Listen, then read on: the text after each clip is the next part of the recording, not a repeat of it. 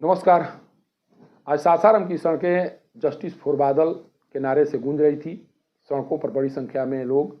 इकट्ठा हुए थे और बादल के परिजनों को न्याय दिलाने की गुहार लगा रहे थे। प्रशासन और पुलिस के विरुद्ध नारेबाजी की जा रही थी और ये कहा जा रहा था कि अभी तक बादल के जो भी हत्यारे हैं उन पर कोई कार्रवाई नहीं हो सकी है, इसीलिए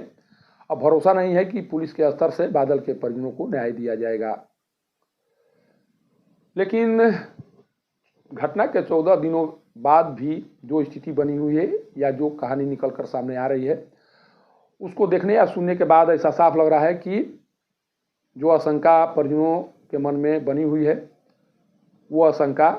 कभी भी दूर हो सकती है। कारण कि कोई भी ऐसा साक्ष्य अभी तक सामने नहीं आ सके हैं या कोई इस तरह के एविडेंस सामने नहीं आ सके हैं जिस साक्ष्य या एविडेंस के आधार पर सीधे तौर पर डीएसपी आदिल बिलाल को आरोपों के घेरे में लाते हों या उन्हें आरोपों के घेरे में लाया जा सके। इस तरह के कोई साक्ष्य दिखाई नहीं पड़ रहे हैं। कारण कि जो भी घटना के बाद डीएसपी के बॉडीगार्ड का बयान दर्ज हुआ है उसमें साफ तौर पर उन परिस्थितियों का जिक्र किया गया है जिन परिस्थितियों के कारण गोली चली या चलाई गई, या फिर जो सीसीटीवी फुटेज जारी किए गए हैं उस सीसीटीवी फुटेज के माध्यम से ये बताने की कोशिश की गई है कि किस तरह से आदिल बिलाल या उनके बॉडीगार्ड वहाँ तक पहुँचते हैं जहाँ पर पार्टी हो रही थी, और ये तमाम साक्ष्य ही शायद सीआईडी को भी उपलब्ध कराए जाएंगे या सीआईडी भी इन तमाम साक्ष्यों के माध्यम से ही आगे बढ़ने की कोशिश करेगी। जो सूत्र बता रहे हैं उसके अनुसार जो भी गोली चली है, जो अभी तक सूत्र बता रहे हैं या जो अभी तक जानकारी सामने आ रही है उसके अनुसार जो भी गोली चली है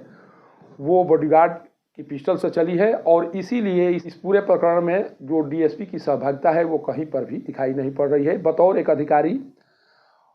अभी तक उनके द्वारा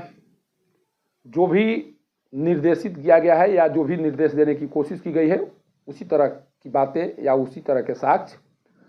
सामने आ रहे हैं। इसीलिए ऐसा नहीं लगता है कि आदिल बिलाल को इस मामले में बहुत बड़ी कार्रवाई का सामना करना पड़ सकता है या उनको कार्रवाई के जद में लाया जा सकता है। अगर वाकई में परिजन या उनके समर्थक चाह रहे हैं कि आदिल बिलाल को आरोपों के घेरे में लाया जा सके या उन पर कार्रवाई हो सके तो पार्टी में मौजूद उन लोगों को सामने लाना होगा जो लोग उस दिन उस पार्टी में मौजूद थे, जिनके द्वारा हो सकता है कि कोई वीडियो बनाया गया हो या पूरी घटना को आंखों से देखने की कोशिश की गई हो। जब तक से वो लोग सामने नहीं आएंगे तब तक से बादल के परिजनों को न्याय नहीं मिल पाएगा। कारण कि अब पूरा मामला उन्हीं लोगों पर जाकर टिका हुआ है और अभी तक कोई भी व्यक्ति जो उस पार्टी में मौजूद था सामने नहीं आ सका है। उसके द्वारा न तो पुलिस को बयान दिया गया है, न ही मीडिया के सामने आकर इस तरह से बातें कही गई है जिस आधार पर यह माना जा सके कि आदिल बिलाल के द्वारा इस तरह का कार्य किया गया है या आदिल बिलाल नियमों को ताक पर रखकर वहाँ तक पहुँचने का काम किए। इस तरह के कोई साक्ष्य सामने आता हुआ दिखाई नहीं पड़ रहा है। इसलिए जो भी मांगे की जा रही है, आज जो मांगे की गई हैं उन मांगों में एक मांग ये भी शामिल है कि जो भी लोग पार्टी में मौजूद थे उनका 164 के तहत बयान दर्ज कराया जाए और यह जानकारी लेने की कोशिश की जाए कि दरअसल घटना क्यों घटी और किसकी गोली से बादल की मौत हुई। इन तमाम बातों को सामने लाने का प्रयास आज एक ज्ञापन के माध्यम से किया गया है और जो मांगे की गई है परिजनों को न्याय दिलाने को लेकर, जो आर्थिक मुआवजे को लेकर मांग की गई है, इन मांगों को अब सही तरीके से सामने लाने की ज़रूरत है। जब तक से सही तरीके से या सही संदर्भ में आकर इस मामले को आगे ले जाने की कोशिश नहीं की जाएगी या जो भी लोग मौजूद वहाँ पर थे उन लोगों के द्वारा सामने आकर इस तरह की बातों को कहने का प्रयास नहीं किया जाएगा, तब तक से आप धरना प्रदर्शन करते रहिए, विरोध प्रदर्शन करते रहिए, लगातार पुलिस के विरुद्ध नारेबाजी करते रहिए। आदिल बिलाल को कभी भी कटघरे में खड़ा नहीं किया जा सकता है। कारण कि आदिल बिलाल के बॉडीगार्ड ने पूरे प्रकरण को अपने बयानों के माध्यम से बता दिया है और उस बॉडीगार्ड